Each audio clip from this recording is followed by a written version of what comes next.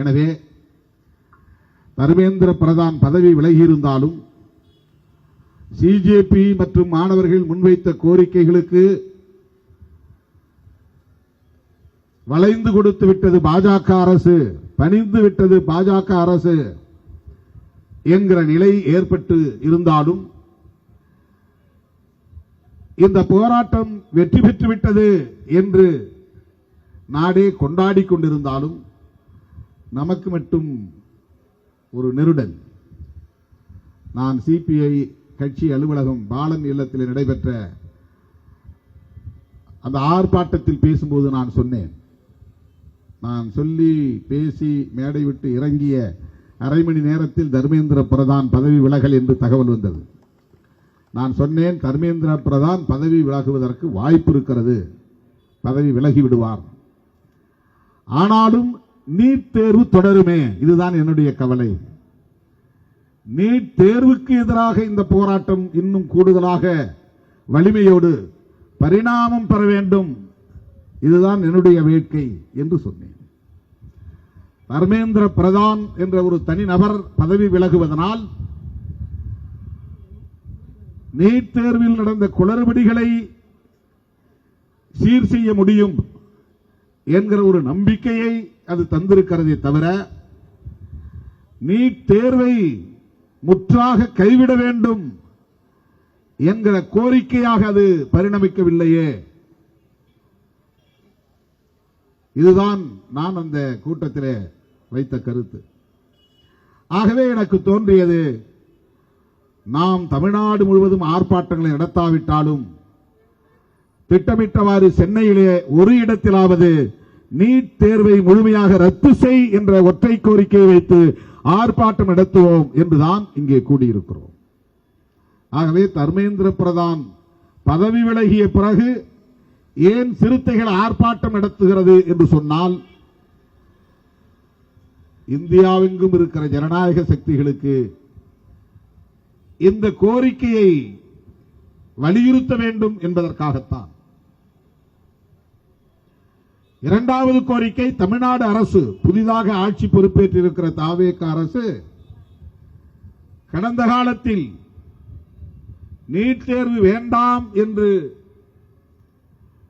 திமுக ஆட்சியின் போது சட்ட மசோதா நிறைவேற்றப்பட்டு ஆளுநரின் ஒப்புதலுக்கு அனுப்பி வைக்கப்பட்டதை நாடு அறியும். அவர் திருப்பி அனுப்பினார் RN ரவி ஆளுநர். மீண்டும் தமிழ்நாடு அரசு சட்ட மசோதாவை மறுபடியும் சட்டமன்றத்திலே நிறைவேற்றம் செய்து ஒப்புதலுக்கு திருப்பி அனுப்பியது. RN ரவி, நான் இதிலே எந்த முடிவும் எடுக்க மாட்டேன், குடியரசுத் தலைவருக்கு அனுப்புகிறேன் என்று அனுப்பி வைத்தார். வழக்கம் போல குடியரசுத் தலைவர் கிடப்பிலே போட்டிருந்து பின்னர் இதை ஏற்க முடியாது, ஒப்புதல் அளிக்க முடியாது, இந்த சட்ட மசோதாவை நிராகரிக்கிறோம் என்று நிராகரித்து விட்டார்கள். அதனை எதிர்த்து தமிழ்நாடு அரசு உச்சநீதிமன்றத்திலே வழக்கு தொடுத்திருக்கிறது. இந்த நிலையில் தமிழ்நாடு அரசுக்கு நாம் கூடுதலாக வைக்கிற இரண்டாவது கோரிக்கை, நீட் தேர்வை இந்தியா முழுவதும் ரத்து செய்யக்கூடிய அதிகாரம் தமிழ்நாடு அரசுக்கு இல்லை. அது இந்திய ஆட்சியாளர்களிடம் உள்ளது, ஒன்றிய ஆட்சியாளர்களிடம் உள்ளது.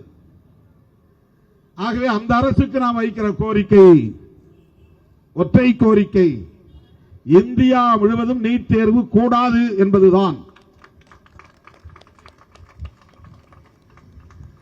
தமிழ்நாடு அரசுக்கு நாம் வைக்கிற கோரிக்கை,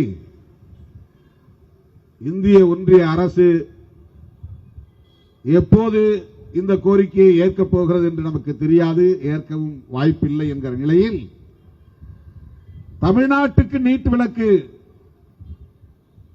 இன்றியமையாத ஒன்று என்பதை உறுதிப்படுத்தக்கூடிய வகையில் இந்த கூட்டத்தொடரில் மசோதாவை அறிமுகப்படுத்தி நிறைவேற்றி ஆளுநருக்கு அனுப்பி வைக்க வேண்டும் என்பது நம்முடைய இரண்டாவது கோரிக்கை. மூன்றாவதாக, இதுவும் ஒன்றிய அரசுக்குத்தான், கல்வியை மாநில அரசுகளுக்கான அதிகார பட்டியலில் இடம்பெற செய்ய வேண்டும். இப்போ அது ஒத்திசைவு பட்டியலில் இருக்கிறது.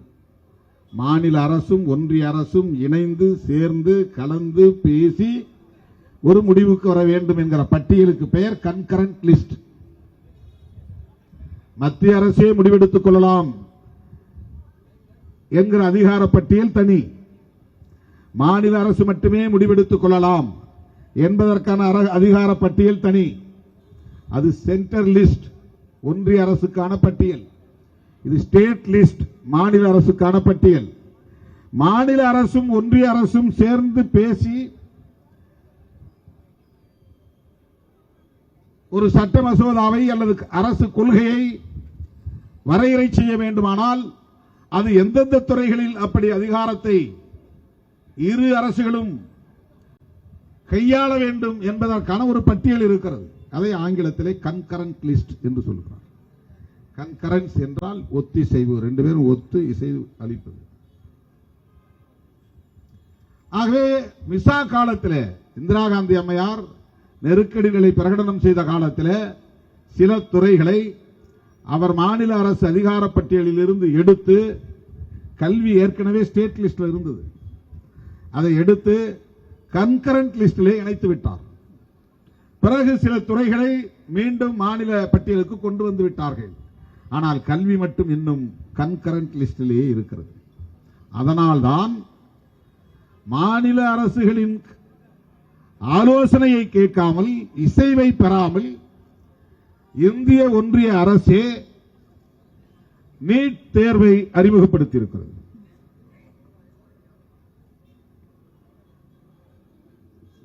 தேசிய அளவிலான தேர்வு, எலிஜிபிலிட்டி கம் என்ட்ரன்ஸ், தகுதி மற்றும் நுழைவுத் தேர்வு, தேசிய தகுதி மற்றும் நுழைவுத் தேர்வு அவர் வைத்திருக்கிற பெயர். இதுல எந்த இடத்திலும் மெடிக்கல் எஜுகேஷன் வரல. NEET இருந்து மெடிக்கல் கிடையாது. JEE அப்படிங்கிறதுல என்ஜினியரிங் இருக்கு.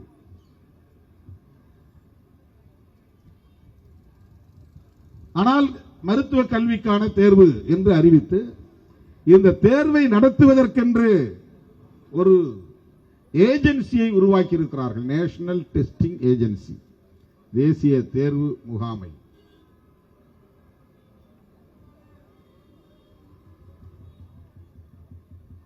எப்படி TNPSC தேர்வு நடத்துகிறது, குரூப் 1, குரூப் 2, குரூப் 4 TNPSC தேர்வு நடத்துகிறது.